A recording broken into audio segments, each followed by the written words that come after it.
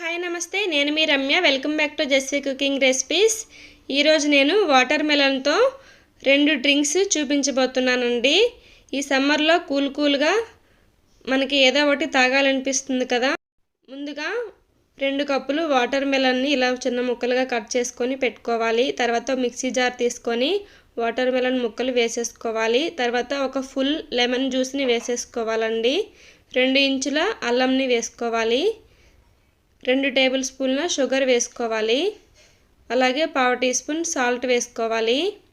మనం water melon taste బట్టి sweet బట్టి మనం వేసుకోవాలండి షుగర్ అనేది. ఇలా జ్యూస్ చేసుకున్న తర్వాత స్ట్రైనర్లో వేసుకొని బాగా వడకట్టుకోవాలి.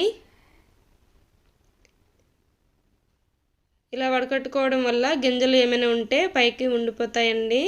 చూడండి, మనకి జ్యూస్ రెడీ అయిపోయింది.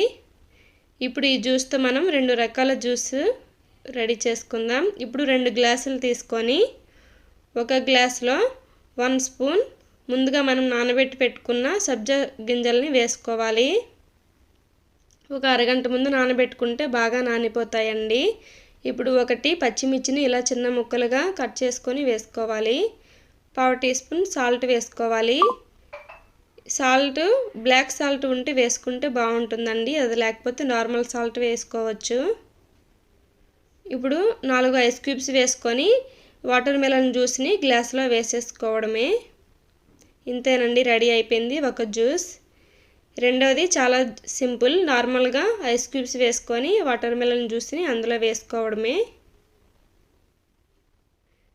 ఈ సమ్మర్లో చల్లగా తాగాలనిపిస్తుంది కదండి మనకి ఏదో ఒకటి. ఇలా ఒకసారి ట్రై చేయండి. ఇంతే, రెడీ అయిపోయినాయి 2 రకాల డ్రింక్స్. ఒకసారి బాగా కలుపుకొని